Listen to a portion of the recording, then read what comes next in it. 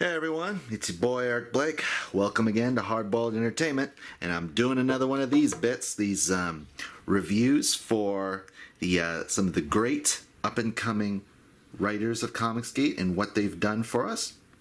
Okay, so let's start. As I said last time, back when I was doing, let's see, Iron Sights and Iron Sights 2 Psychos by your boy Zach. I was going to do some more, and I was going to do this.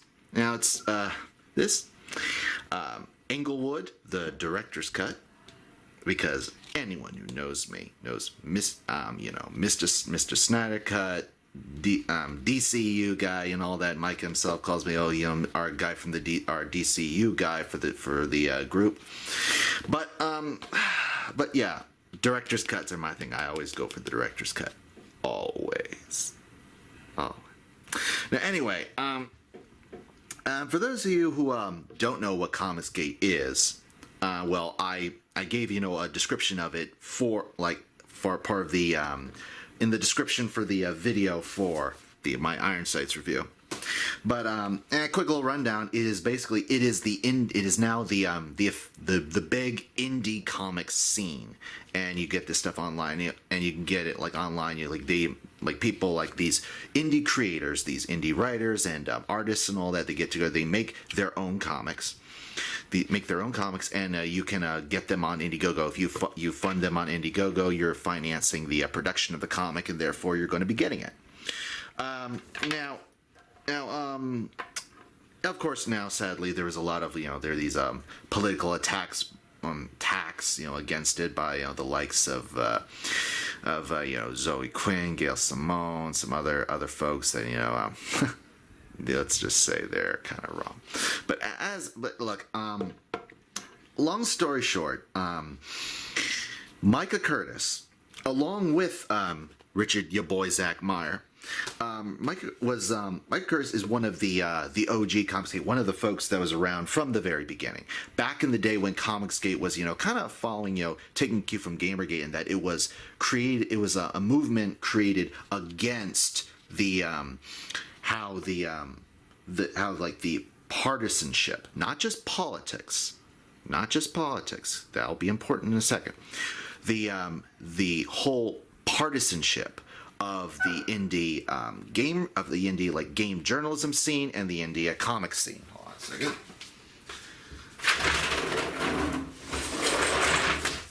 Yep, we've even got a dog. Yep, like I said in the review of your boy Zach, we've even got a dog.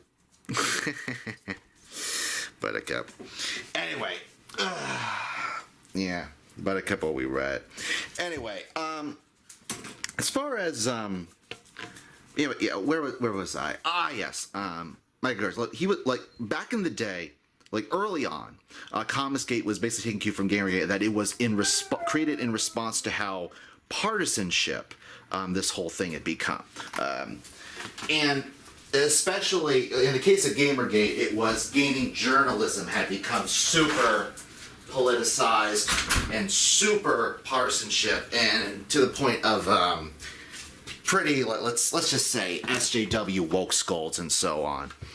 But now, and of course, Gamergate was created in response to that, and whatever its flaws, it created an indie gamer journalism scene that has and the game and the gamers have gotten a big boost from that.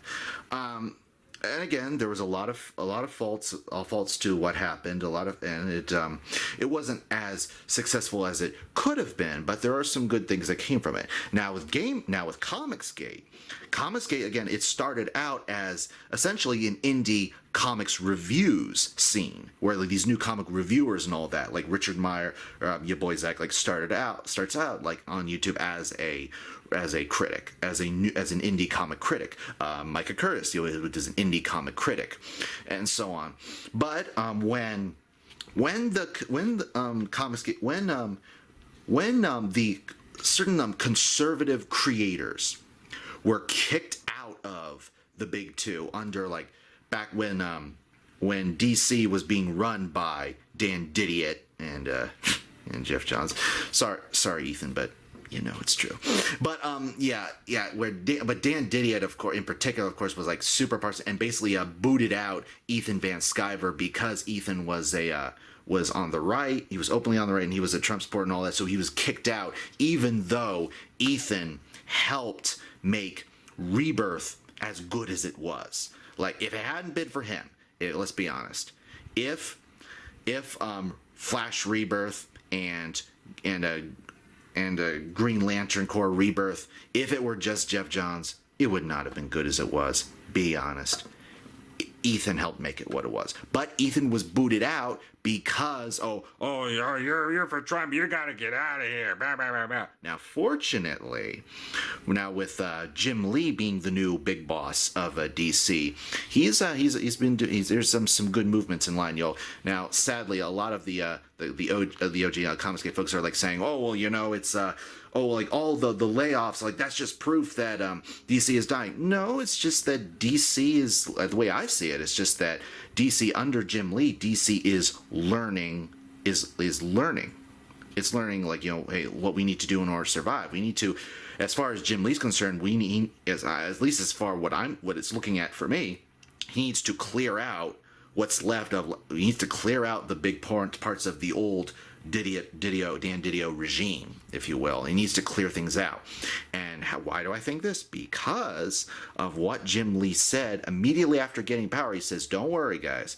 The 5G that you all have been concerned about, it is not going to be under me what was going to be under Didio. All right? It's not going to be like another reboot of the main universe. It's going to be its own thing. Okay. And in the meantime, as for the main universe, I'm bringing more stuff back from the post-crisis. Thank you, Jim Lee. I don't know about you, but as far as I'm concerned, the future's looking pretty good. Now, again, before folks get angry at me for saying that, this does not in any way hurt ComicsGate. If anything, ComicsGate, the ComicsGate community is going to be the other one of the big two, because let's be honest, in the meantime, Marvel is still under Joe the Ostrich Quesada and whatever. But yes. Well, actually, he may, even if he's gone, and Kevin Feige is now like going to be the big boss of Marvel. Yes, but Kevin Feige's kind of sold out lately. So there's not nearly as much hope for Marvel as there seems to be for DC. So the CG community is going to be rise up the rank, is going to be the major power player. Maybe alongside DC, if Jim Lee is able to clean things up. If he's not, he's not. But like, at least he's going through the effort to do it.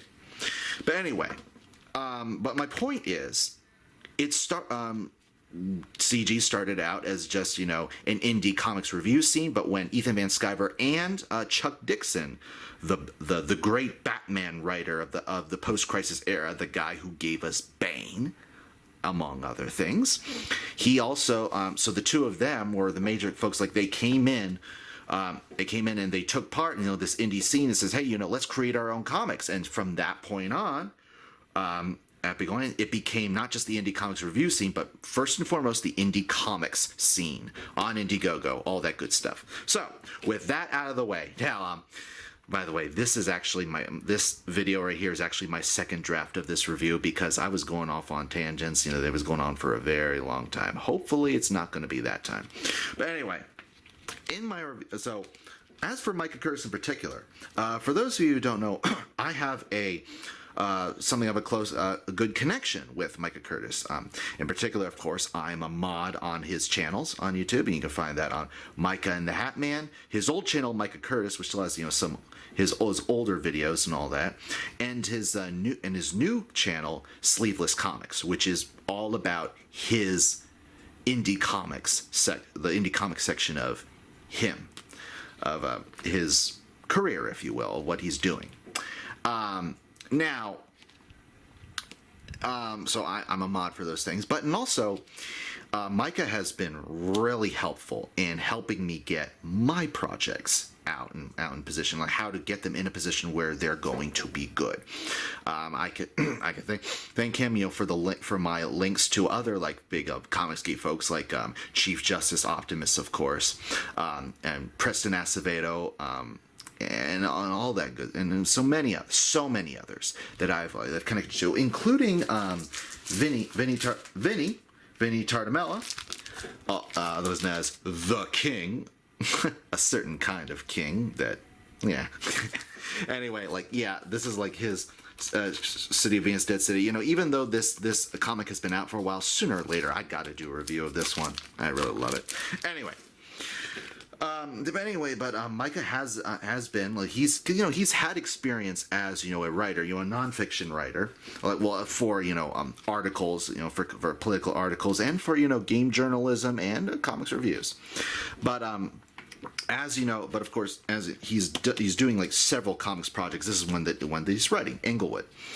He's doing several else, you know, as you may know, 3 Nights 4 Days is currently on demand on the Indiegogo. So if you like what I have to say about Englewood, or if you like Englewood after what I have to say, go to Indiegogo and check out 3 Nights 4 Days. Now, as for Englewood, the Englewood campaign is over. Yes, it is for now. He's going to do a second chance campaign of Englewood for those of you who weren't able to like get Englewood beforehand.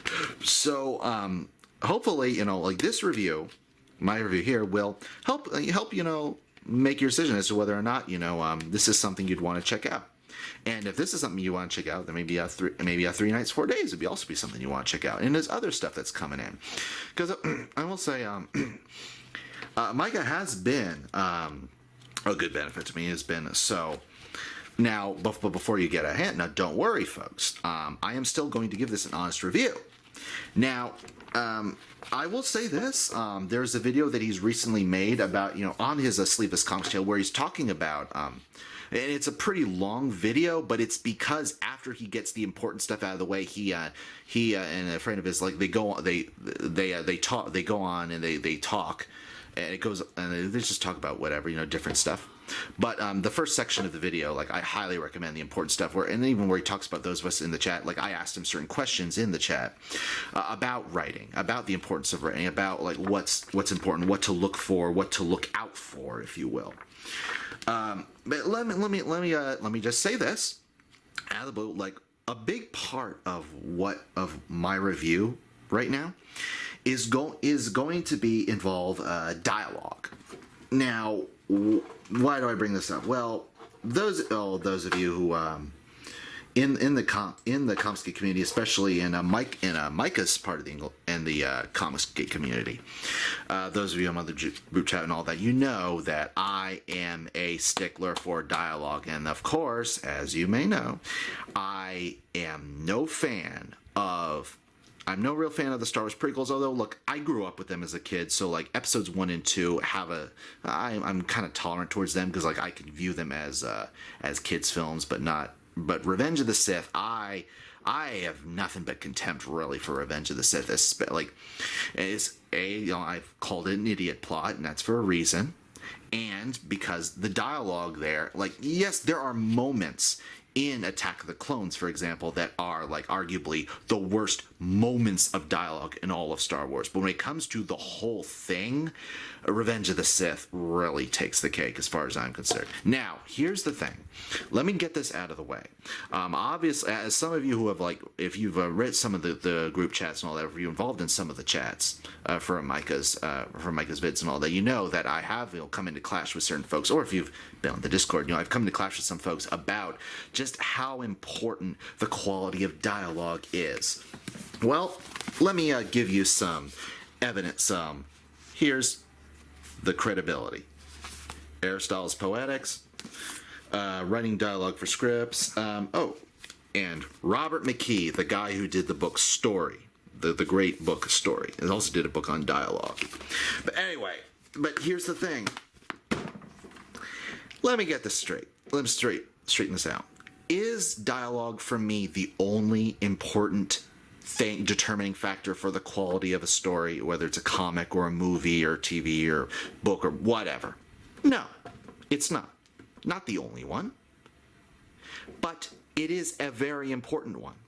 People say, well, I don't care much about the dialogue as much as I care about the characterization. Well, here's the thing.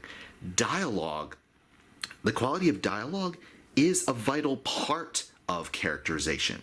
If the characters don't sound real, they're not going to come across as real. Bad dialogue links to bad characterization. You may not notice it, but your brain does, to quote Mr. Plinkett. So, yeah, again, and now I'm not asking for super quotable dialogue. No, not necessarily. I mean, if your dialogue is super quotable, super memorable in a good way, great. But what I'm asking for is that it's not quotable in the bad way. All I'm asking for is dialogue. Your dialogue should not stink. Your dialogue shouldn't have problems. At the very least, clear up the problems of your dialogue so that you can make sure that it comes across like the characters saying these lines are real, that they feel real, that they feel right, that they feel okay. Now, now I will say this: because I am a big stickler for dialogue, I got my start into writing fiction publicly, not professionally necessarily, but just publicly, where people can publicly see my writing. For fan fiction, specifically for a Star Trek and also for a Cheers, like the first 5 seasons of Cheers, the Sam and Diane years. But and then whenever I'm writing those things, I have always been praised and complimented on 2 things in particular: characterization and dialogue.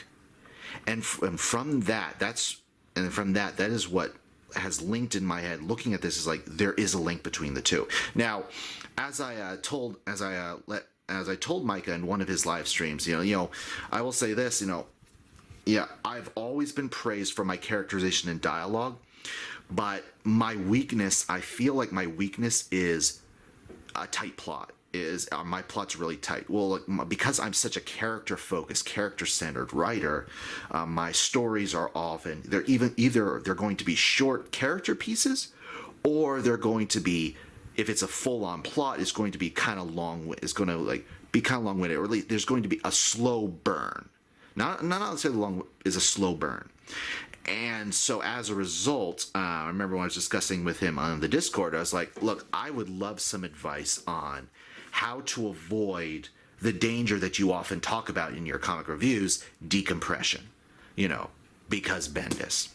So how do you avoid decompression? How can you, if you can do a slow burn, slow burn is my thing, but how can I do my slow burn without it being decompressed? And, he actually did a whole video on his old Micah Curtis channel, but he said he may put that video, put a copy of that video on his Asleep the Comics channel. But regardless, where he laid out some things to keep in mind in order to avoid decompression. Don't stretch out a scene so it's only a few panels on each page and all this, one panel on each page over and over and over again. You do the panels. If you're going to do the one panels, if it's a specific dramatic moment, and I'll do a little spoiler alert.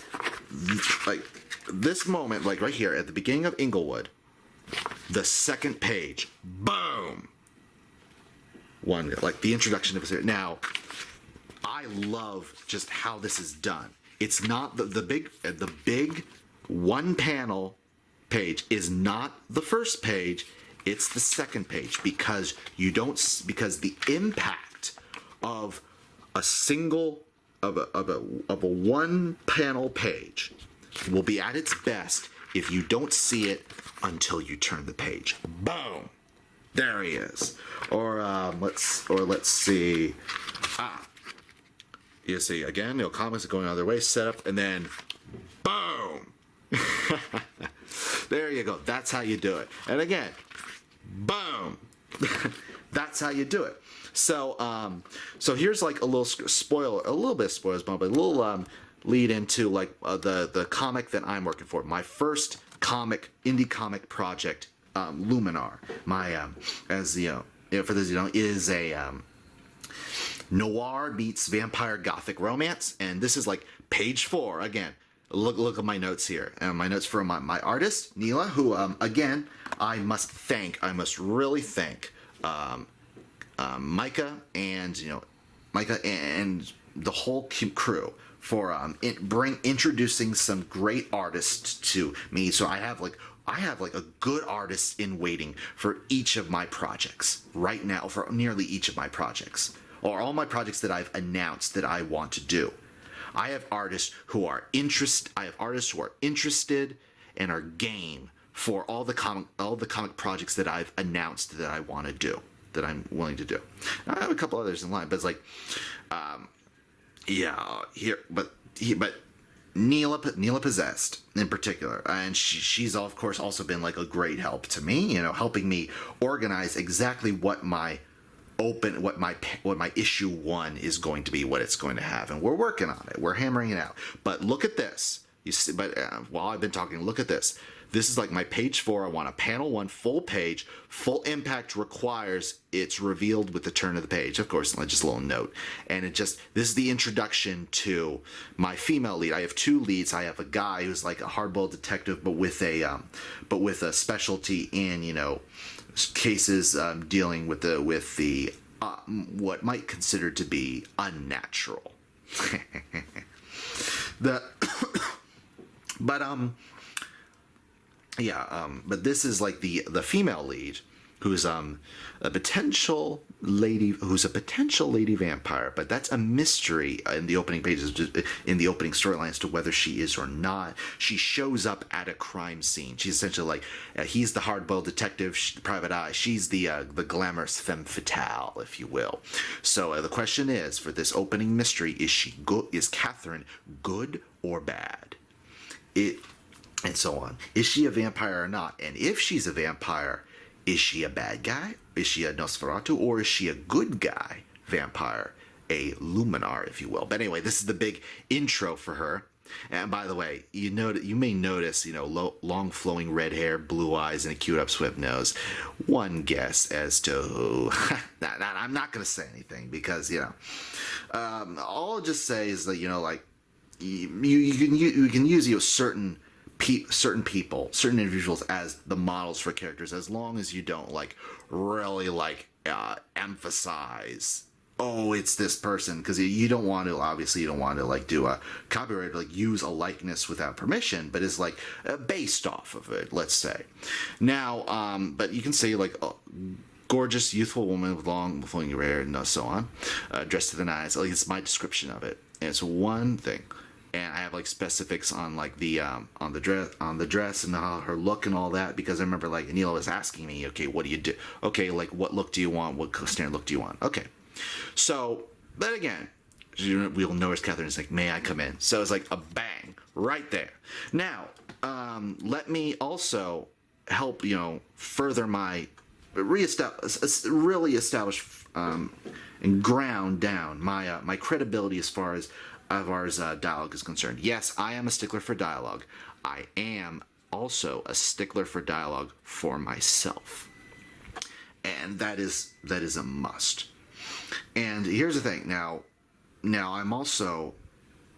I know darn well that I am not going to be my own editor.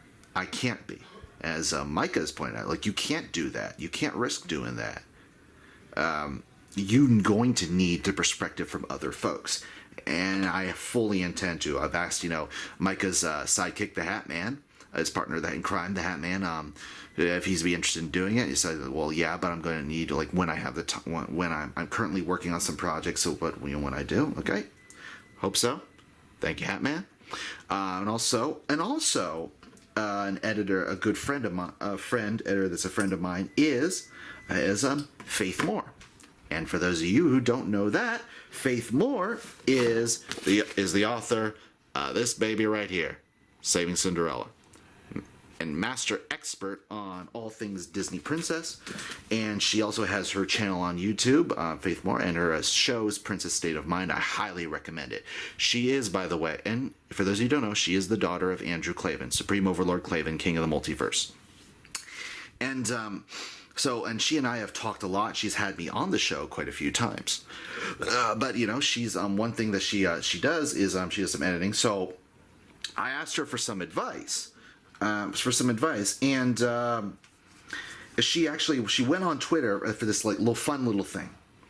And she says, "All right, you know, send me." So she's telling people, "Hey, why don't you send me one line from a project that you're working on?" And right here on Twitter, I'll give you some advice on how to edit it. So this is the line, like Adam Helsing is my detective. This is the line that I pushed a reply on. And it said, "Good, the more this goes on, the more you know what she knows and doesn't know." Now, this line had been bothering me for a while, but I didn't know how to clear it up. Now, and she says, you know, well, I think you might refer to himself on, let's see, as I versus you. And it says, oh, and I said, I could see that, because, like, yeah, I could see that. I guess it depends on whether one fits with what state, whichever one fits what state a character's in when talking to himself. I indicates he's more confident in the situation, whereas you implies he's trying to reassure himself. So I agree. I is better, absolutely. So like she's done like a lot of great stuff. So let's see. As the more. So therefore, let's do this right now. The more alright, this thing, there you go. And the other thing is she's also wondering about what this is. The more this goes on, the more I know what she knows. Alright, well, and I pointed out, by this I'm referring to their conversation at the crime scene, where she shows up at while he's investigating. She says, well, and she advises, well, you know, it seems a little vague to me. And she says she's throwing some ideas around, like if we keep talking or if I can keep her talking. It says, okay. Now, because I wanted to keep the rhythm of the more X, the more Y, I said, you know, maybe we could do the more we keep on talking. And she says, yeah, that could work. So again, not the more this goes on, it should be the more we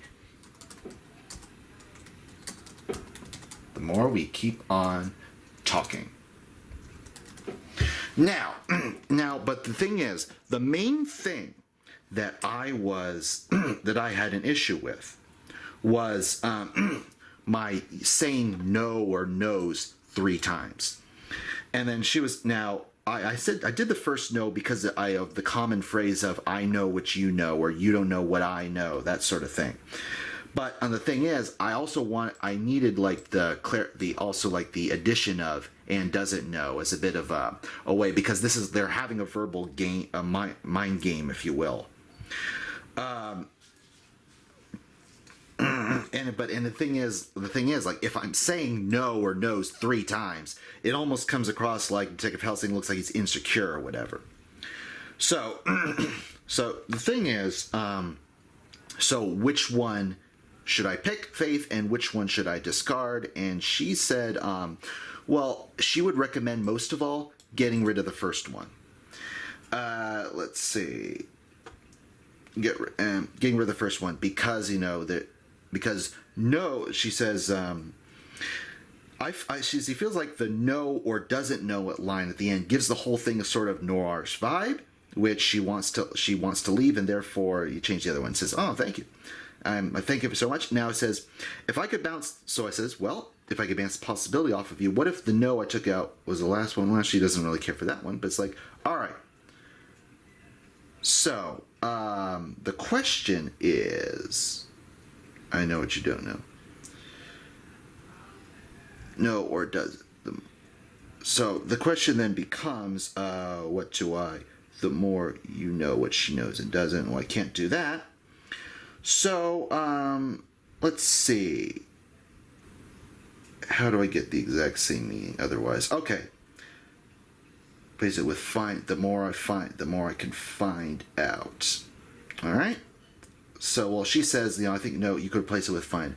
The more I find. All right. The more we keep on talking, the more I can figure. The more I find out, or something similar to that. So I'll keep that. Oh, something similar to that. But let's see. With that in mind. All right. So with that out of the way, let's go straight to the comic. Now, this for the most part, this dialogue is really good. Now, here's the thing. This is an advice. Now, as a stickler for dialogue, I am big on making darn sure that my dialogue, I want my dialogue to be as high quality as possible before I send it to an editor. I want it to be as good as, I want it to be something that I can be proud of showing to someone else, if you will. Now, and from that, I've learned one piece of advice I can give to writers is always, whenever you're looking over your stuff, say your dialogue out loud. Say your dialogue out loud, all right? All right? And the reason for that is, again, you want to make the dialogue sound real. How does it sound when you say it out loud? That is vital. That is essential. Now, I got that from one of the great writers, Raymond Chandler, who wrote the hard-boiled detective of the Philip Marlowe mystery novels. Big Sleep, Farewell on My Lovely High Window, all that good stuff. And he said, and he was saying, when he was brought on to do the script, to help write the script for Double Indemnity, and he had told and the director's like, hey, we could just use like the dialogue from like from the other writers, from the book. He's like, have you read it out loud?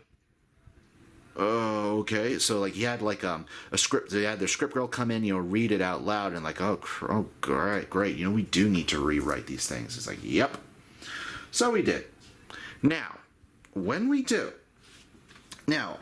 do, like, you say your dialogue out loud so that you know how it sounds, and and if you find yourself stumbling, it needs to be corrected. It needs to be fixed.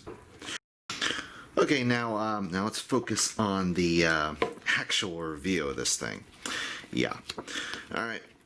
Yeah, I've actually, full disclosure, I've actually been taking several takes of this, and each time it's like, oh shoot, I forgot to talk about this.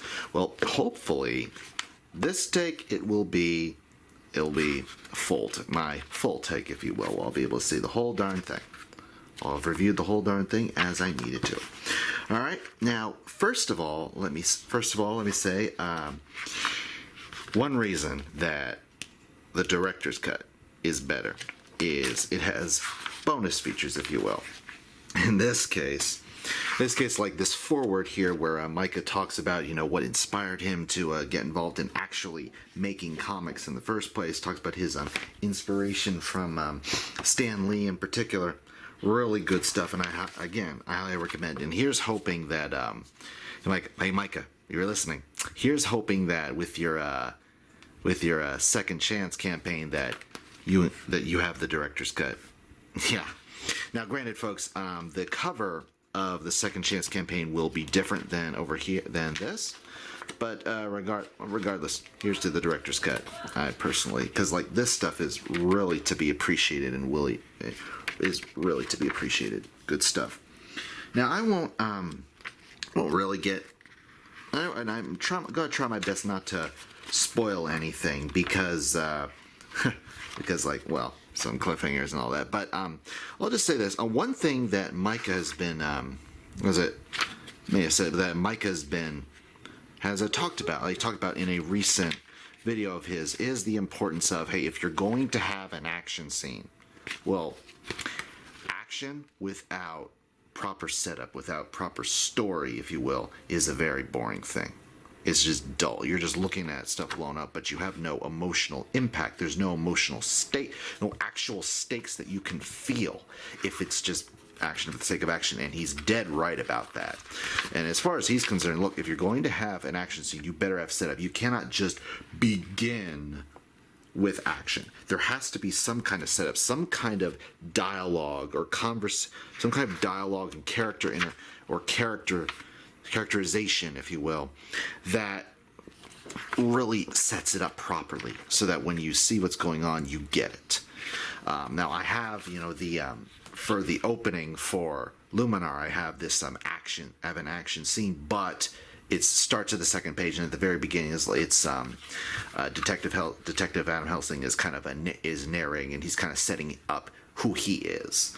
So when you get into the fight, you see him narrating the whole thing, and then the reason for that is he's narrating as he's talking to the audience. He's giving like the private eye monologue, if you will, and the reason, and it makes so that so that when you're reading it, you're making sure that you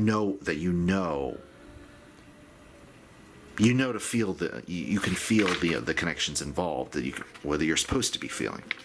And in this case, in Micah's case, look at this. You have the bad guys right here. It's like, man, why aren't we packing heat on this? I don't know, man. I just grabbed something and came running when the boss told me he needed us up here. He's like, wouldn't do us much good. I hear this guy's bulletproof. Mother, are you kidding me?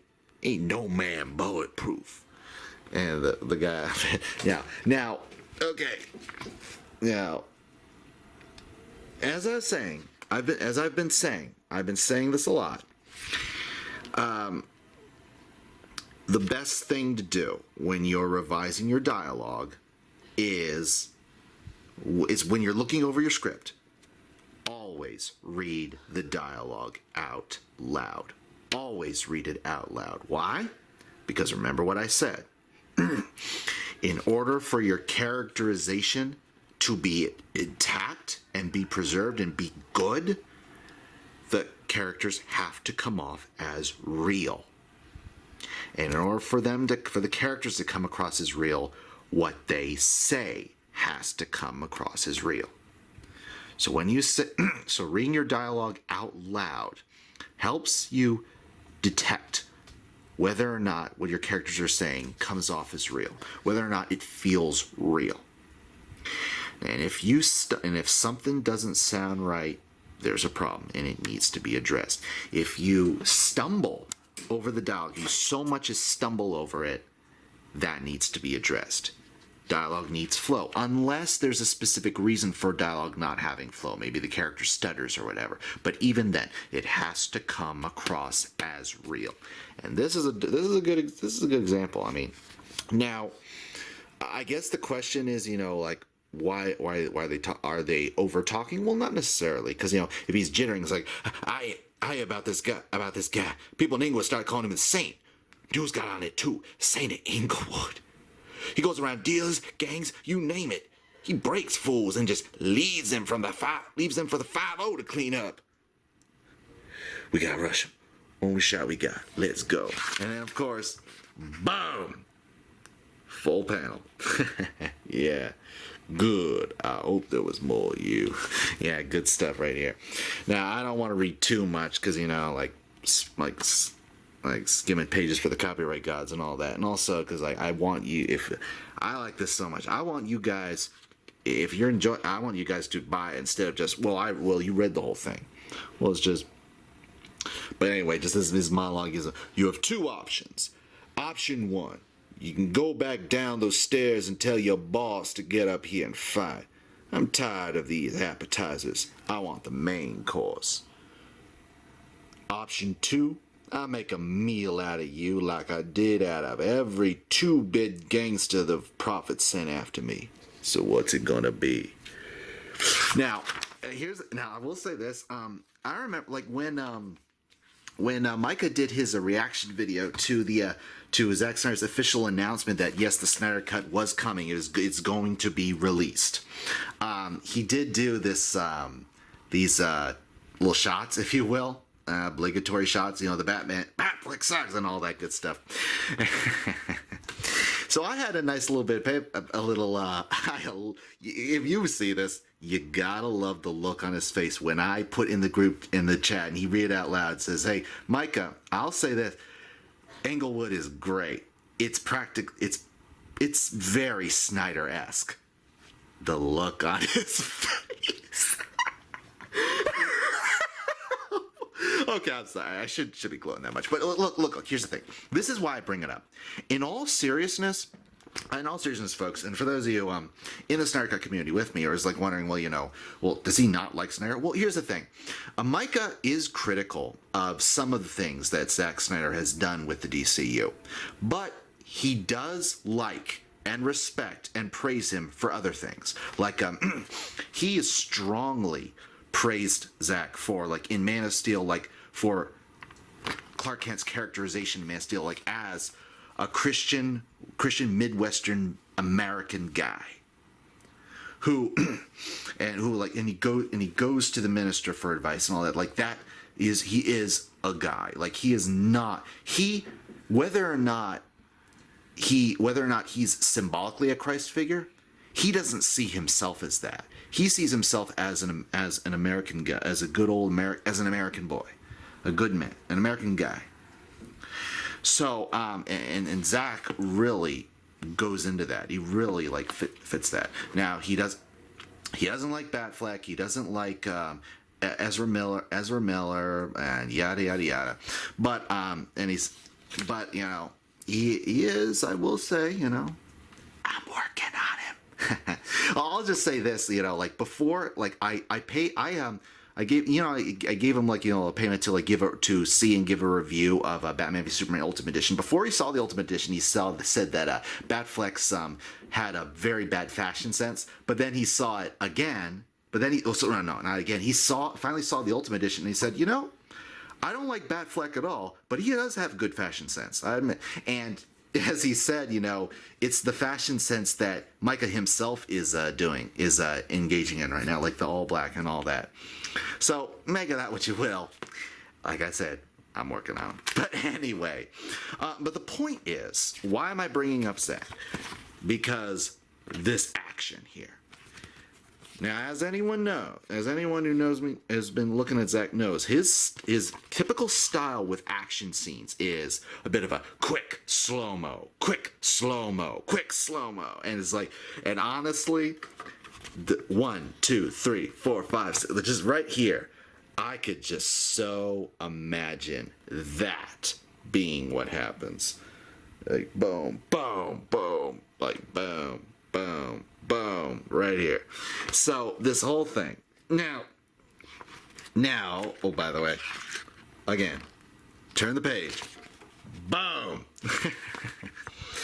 Yeah, I'm having way too much fun on this. But now here's the thing. As you noticed, like I was reading those examples of the dialogue and reading it out loud. It sounds good, sounds right. Now, a couple issues that I was thinking, like, just the idea is this is pretty. Look at how early in the book this is, in the first comic this is. Now, granted, this prologue, if you will, is set quite a while after the rest of issue 1, because the prologue is basically Elijah already as in full superhero mode, and then after the prologue is over, his prologue monologue is over, then we get to his origin story. Now, but that being said, this is still the opening sequence, and you have the hero and this villain right here. What's his Titan Travers, one of the 7-gun council. By the way, Micah himself admitted this little mistake right here. Right here. John Weir, leader of the Prophet's 6-gun council. 7-gun council. 6, 7.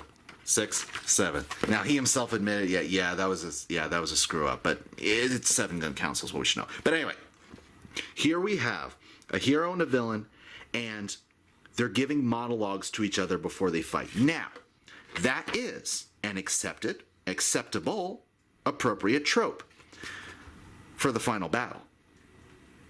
Now, granted, this is like for the climactic battle, just a build up to the climax when the two like the good guy, bad guy are like standing or they're facing each other. They're about to do like the climactic battle. But here's the thing: this battle is at the beginning of the book, so it's kind of a bit too early for like the long monologues they're giving each other. Now, so that's just me. Now, here's the thing. The dialogue in and of itself is still really, really good. I mean, look at this right here.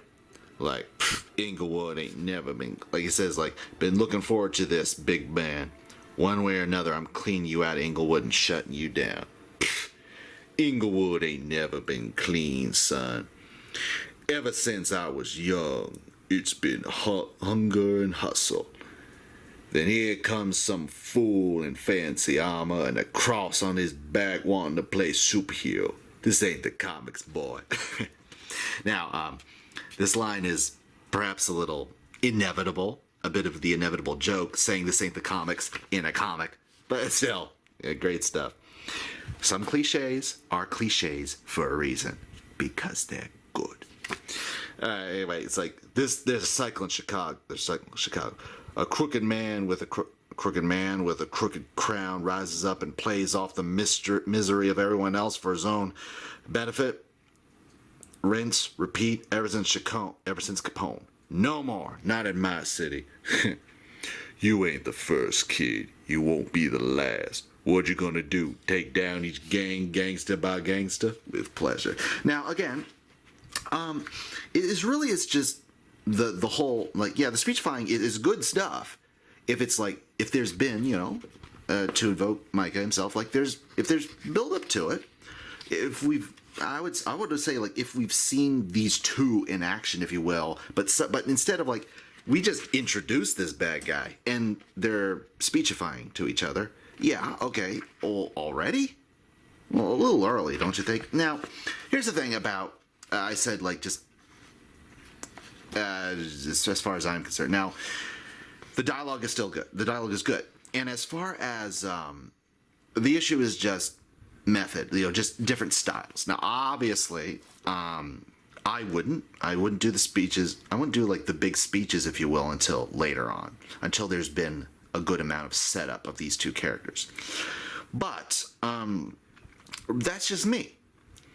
My style of writing, my inspirations, my biggest heroes, if you will, as far as writing is concerned, were Quentin Tarantino and Raymond Chandler. And appropriately enough, Raymond Chandler, because noir, baby.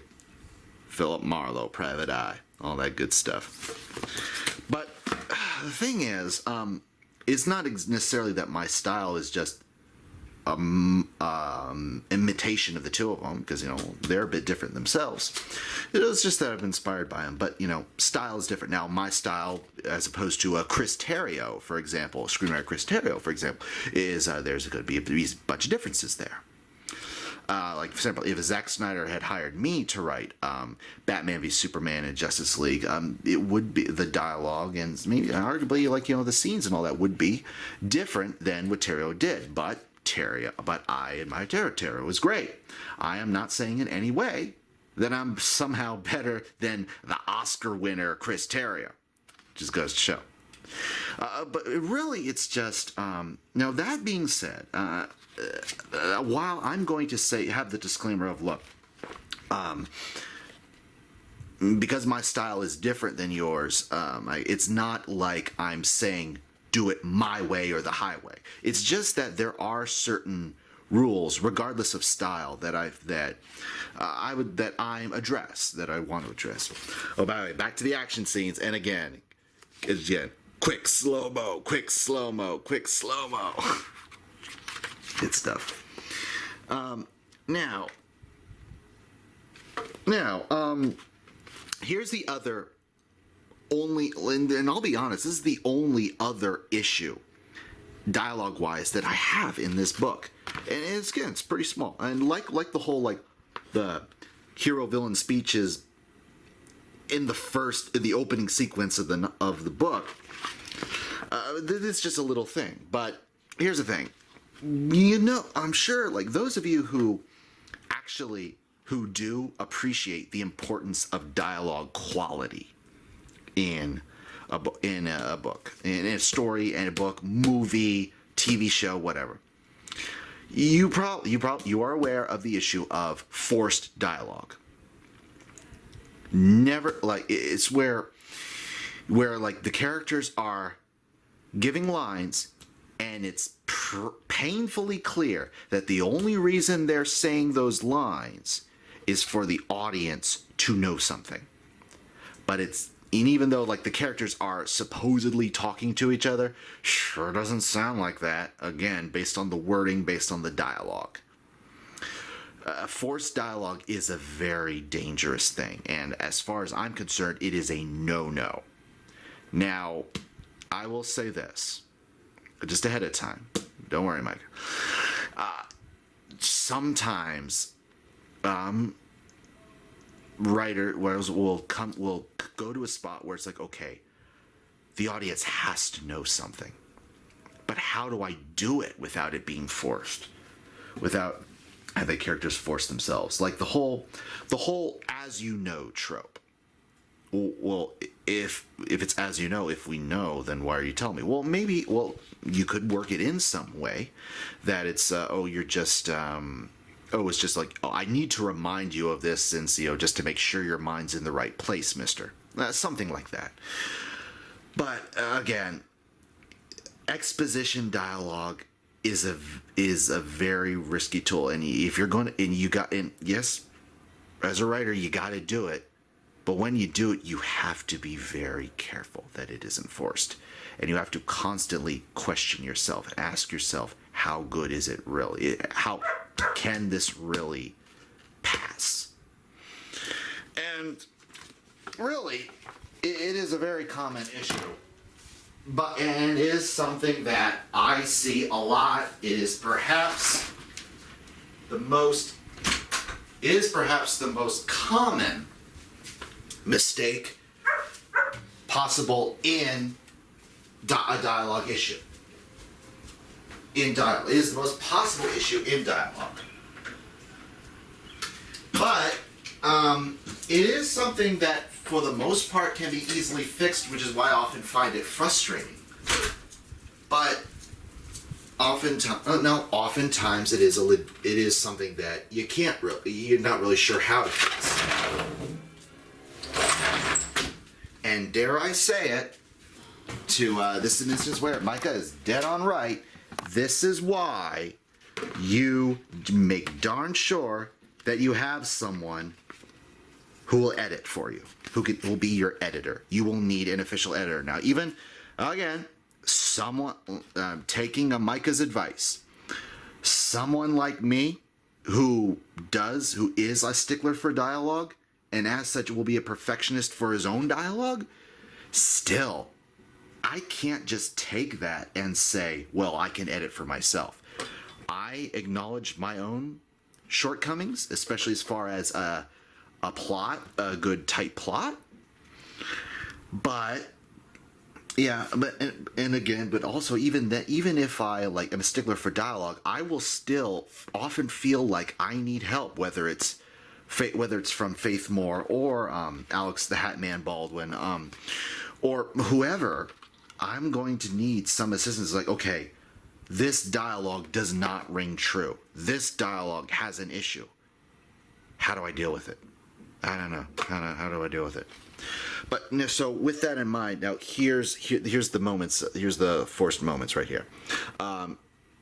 Elijah, the saint, is Englewood, is talking over the comm to his man in the chair sidekick Echo.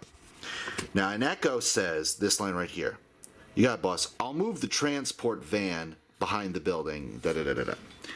Now, here's the thing.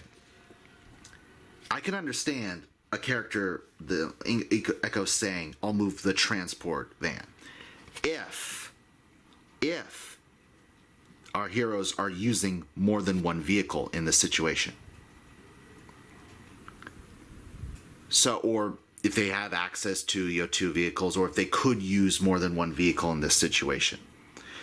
Now, if that's the case, Micah, if you're listening here, if that's the case, great, fair enough, absolutely, good reason, good job, fair enough. My issue is if it isn't, because it looks like that's the only vehicle they got at the moment. If that's the issue, well, excuse me, if that's the issue, if that's the only vehicle they have at the moment, well, you got a problem. Well, now you got a problem. Because why otherwise would the character specify it's the transport van? Well, as opposed to what, Echo? I'll move the transport van. Well, as opposed to what vehicle? I mean, do we have another vehicle at the moment? This is just me. And the other one, and again, oddly enough, it comes from Echo. I mean, he's just like Mr. Exposition. I don't know. But he's like, welcome back, boss. Another successful mission. Our friend in Chicago PD confirmed. Now, again, okay.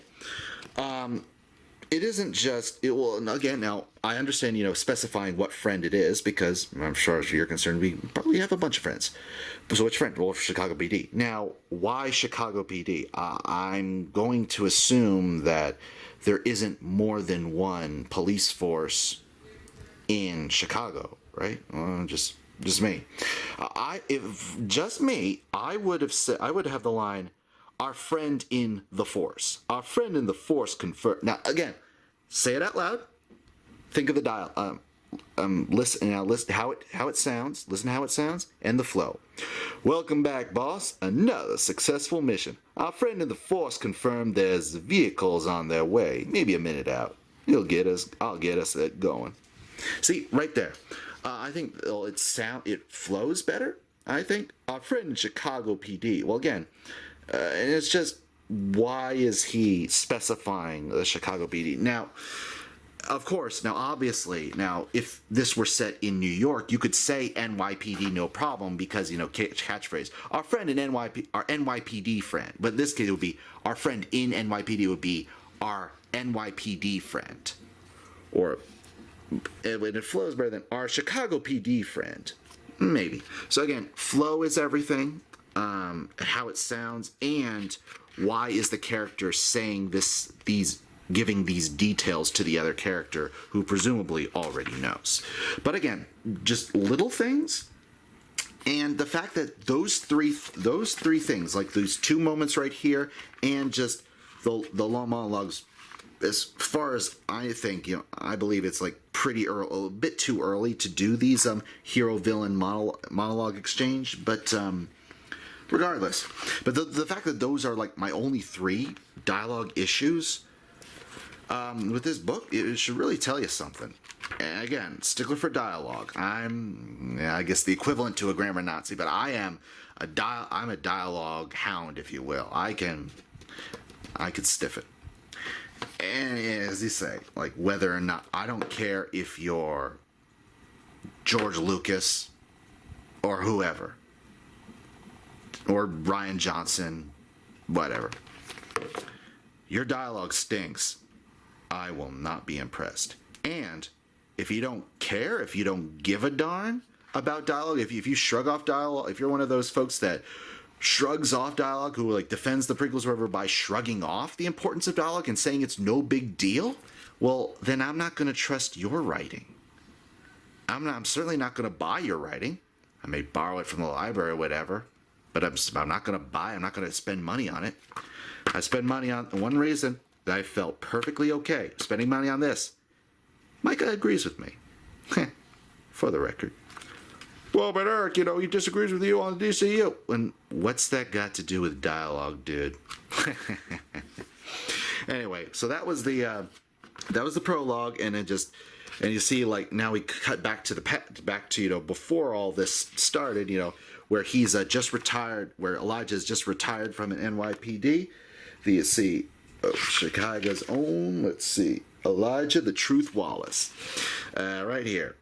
And like, so just like him, like in a radio station telling you about his backstory, his NYP, his mixed martial arts MMA fighting, his skills, like he was a reigning champion, and good stuff, and then his skill and all that, and his downfall. Now this is great. This is like perhaps one of my favorite moments in the issue right here, where he says, truth is that I was low. I've been fighting for 8 years, and I let myself get wild. I did what I liked. Went to huge parties, rubbed shoulders with other wealthy folks, and was living the high life. Jack Nicholson, by the way. Thing is, everything was blending together. The women looked the same. The champagne didn't taste as good. The parties became all alike, and there wasn't much in my life. And I said, now, it felt like all I did was train and party. I was hurting all the time. It just didn't feel like I was accomplishing anything. Just this look right here. Now, look at this. So I decided to retire and spend time back here, back home. Just look at this. Just look at this right here. Praying. And this page right here is like, what did you do? Well, I settled back here in town. It says, I got my business interests, but I leave that sort of stuff to my assistant Megan. I spent a lot of time with my dad on his community outreach stuff. And look at his dad, minister. You see, this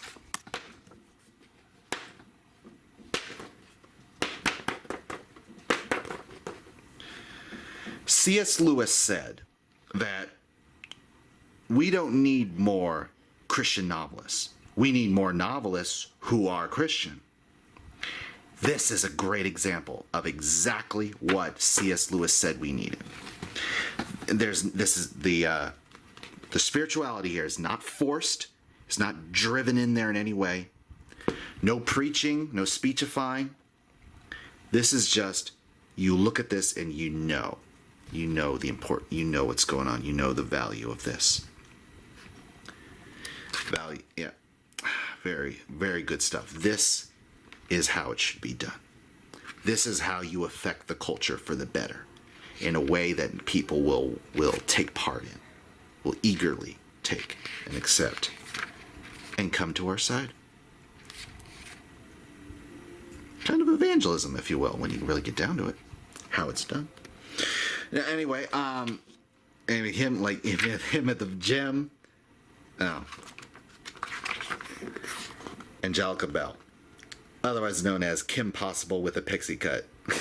I am looking forward to, I hope like heck that she's gonna be helping the Saint in these fighting bad guys on the street. It was just fun to see, whether or not, or at least she'll be aware of it and all that. Anyway, because Kim Possible. But anyway, here he is, train this guy, and his train this fellow and his brother. And the guy's brother Carlos, bleep Carlos, and their interactions, their fights, they're bickering right here. Yeah, just look at this. Yeah, I love it. Just great interactions, everything right here. Just the dialogue. Just I give it a minute 30. I bet it's longer. Eli gonna toy with him. You owe me pizza if you're wrong. just great. Kicking his butt again. I'm just right. Oh, see no evil, hear no evil, speak no evil. Good stuff. Now, all right. Now, of course, the last scene. I am not gonna do this. I'm not gonna go any further in this at all, because I want you to get this book. When the Second Chance campaign opens up, I want you to get it. And I want you to get this. I want you to look forward to Englewood 2, Volume 2, Issue 2. I want you to go for his 3 Nights, 4 Days, which is currently still, like I said, is currently still on Indiegogo. Go get it. Especially when Vinny Tartanella's, when his alternate comic comes in. I am so looking forward to that. But anyway, the basic premise of the story, former MMA superstar becomes a street level superhero, street level hero fighting on bad guys, cleaning the streets of Chicago. Good stuff. Good stuff. Now again, some issues with the dialogue, but these are issues that can easily be fixed, and I'm looking forward to that. All right, folks. Thanks for watching. And as I was saying, so I was saying before, speaking of Vinny Tarnella, Vinny the King in a certain way, his City of Venus did say, I know this has been out for a long while. But I really feel the need. Like, I would love to review. I'm gonna review this sometime soon. Anyway, him, your boy Zach, Matt Curtis. All right, folks. Thanks for watching. Subscribe. Make sure you're still subscribed. Hit the bell for notifications. Thanks everyone giving to these folks Indiegogos and your boy Zach's GoFundMe.